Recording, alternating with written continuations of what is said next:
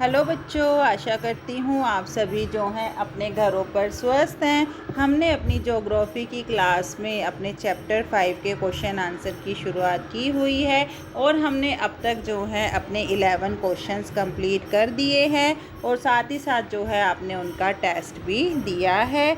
अब हमारी बारी है 12th क्वेश्चन की।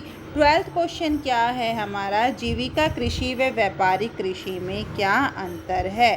तो जीविका कृषि क्या है? यह कृषि स्थानीय आवश्यकताओं की पूर्ति करती है। इस कृषि का मुख्य उद्देश्य भूमि का भरण पोषण करना है। इसे निर्वाहक कृषि भी कहते हैं। इसमें जो है अपने जिस स्थान पर हम कृषि करते हैं उस स्थान पर सिर्फ अपने अपने परिवार का पालन पोषण करने के लिए जो कृषि करते हैं उतना ही हम जो है फसल उगा पाते हैं। स्थानांतरित कृषि, स्थानबद्ध कृषि और गहन जीविका कृषि भी यही कहलाती है। यही इसके दूसरे नाम हैं। किन किन प्रदेशों में होती है यह कृषि? एशिया के मानसूनी प्रदेशों में होती है। चीन, Korea, Japan, Bharat, Bangladesh, Burma देश, इन सब में जो है गहन कृषि, जीविका कृषि होती है।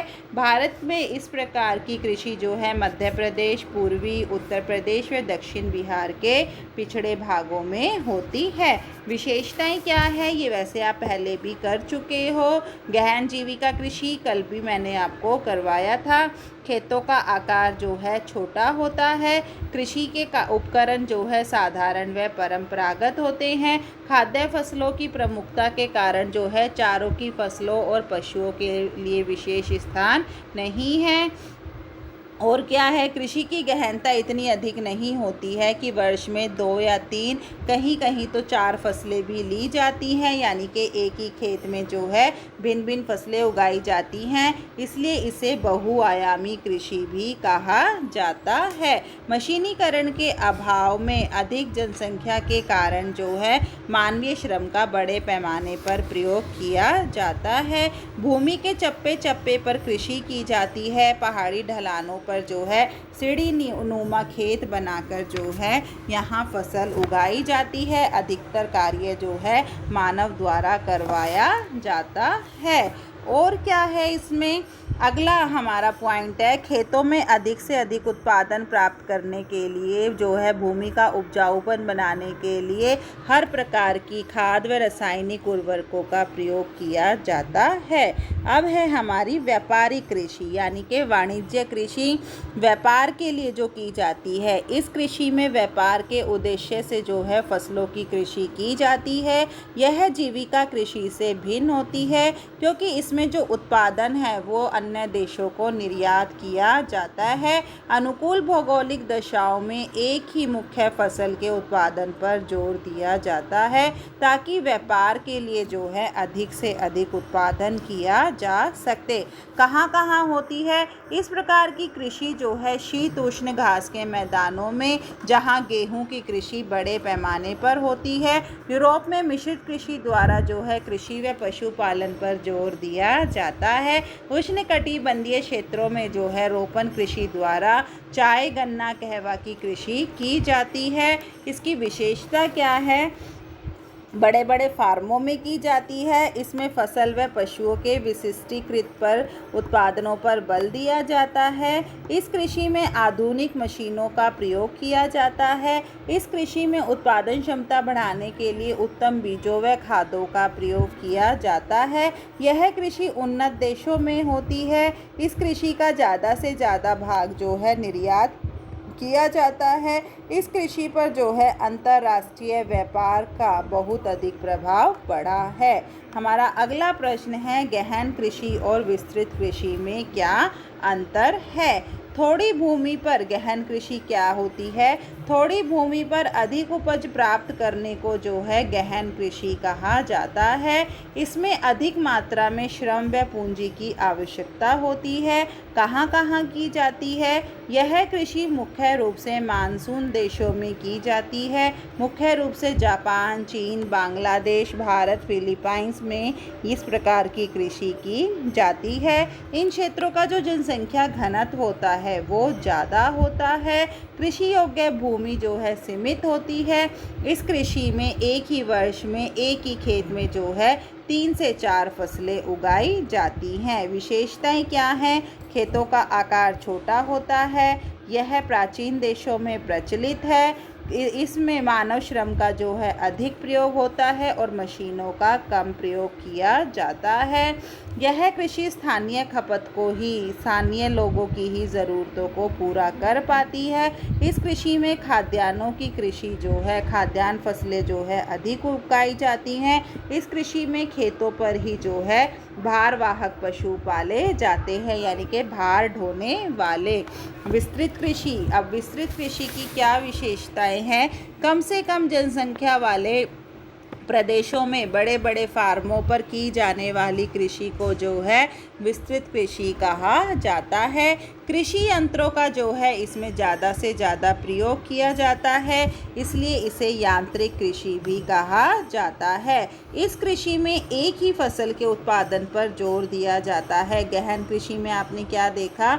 एक ही साल में जो है अलग अलग प्रकार की फसलें उगाई जाती हैं। इसमें एक ही फसल पर जो है इसलिए जोर दिया जाता है ताकि उसका ज़्यादा से ज़्यादा भाग जो है निर्यात किया जा सके, इसलिए इसे व्यापारिक कृषि कहा जाता है। इस प्रकार की कृषि जो है मध्य अक्षांश में शीत उष्ण कटिबंधीय घास के मैदानों में की जाती है।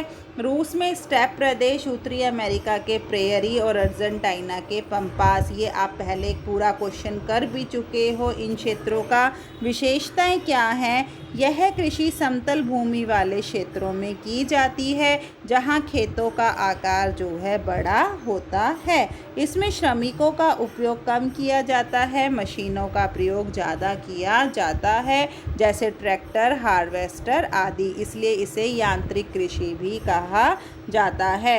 यह कृषि व्यापारिक दृष्टिकोण से की जाती है ताकि खाद्यान्नों की मांग क्षेत्रों का निर्यात अधिक से ज़्यादा क्षेत्रों में निर्यात की जा सके।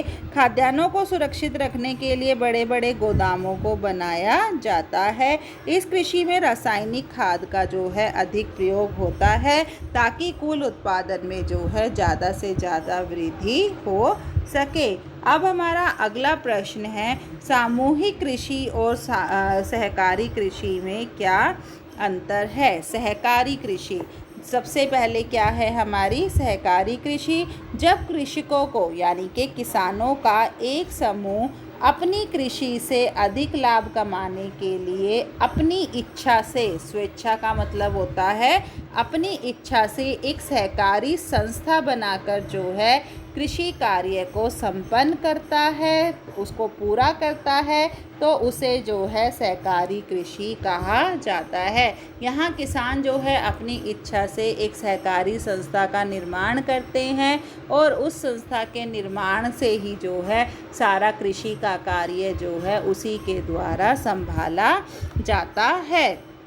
इसमें फार्म व्यक्तिगत रूप से एक रहता है, यानी कि एक ही फार्म होता है, एक ही खेत होता है, किंतु कृषि जो है सहकारी रूप में की जाती है।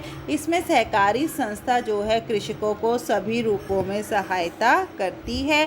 यह सहायता कृषि कार्य में आने वाली सभी चीज़ों को खरीदने, कृषि उत्पाद को उचित मूल्यों पर बेचने एवं सस्ती दरों पर परिष्कृत साधनों को जुटाने के लिए होती है।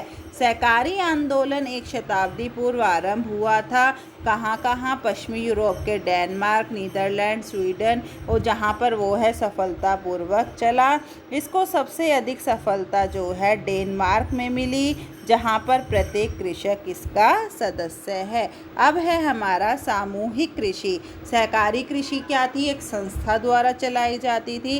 सामूहिक कृषि, इसमें उत्पादनों के साधनों का जो है स्वामित्व संपूर्ण समाज के हाथों में होता है, यानी कि संपूर्ण कृषक वर्ग का इस पर अधिकार होता है। कृषि का यह प्रकार जो है सोवियत संघ से आरंभ हुआ था।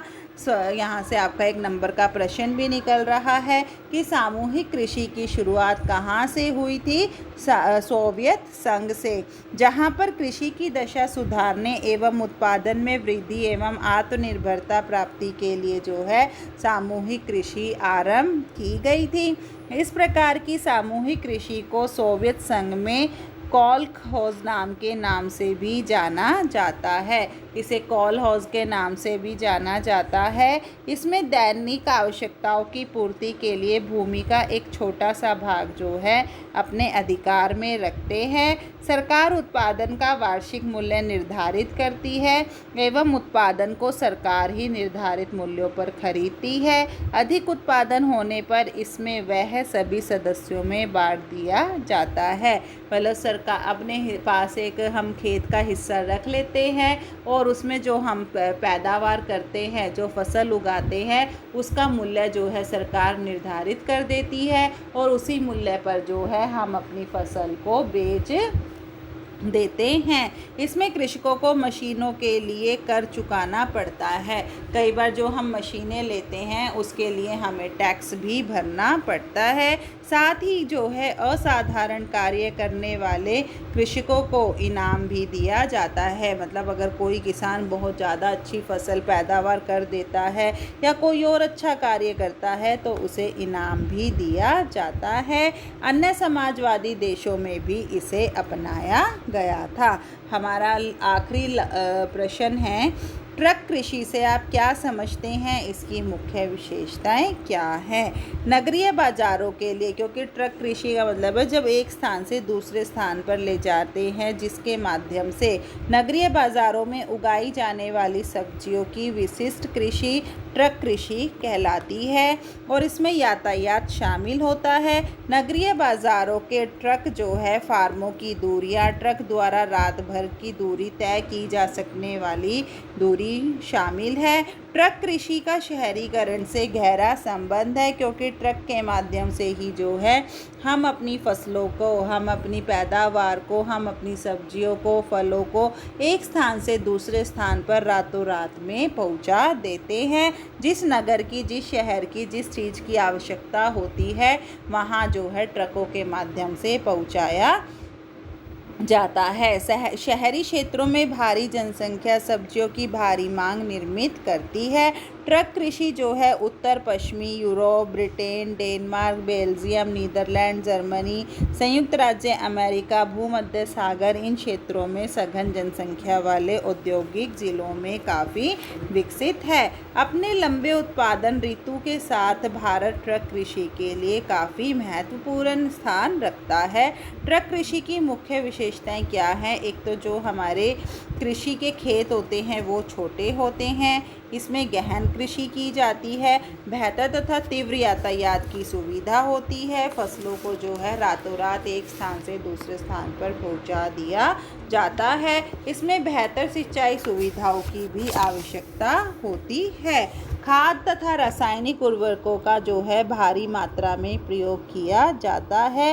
कृषि का अधिकतम कार्य जो है मानव श्रम द्वारा किया जाता है। फसलों को बीमारी से बचाने के लिए जो है कीटनाशकों का भी प्रयोग किया जाता है।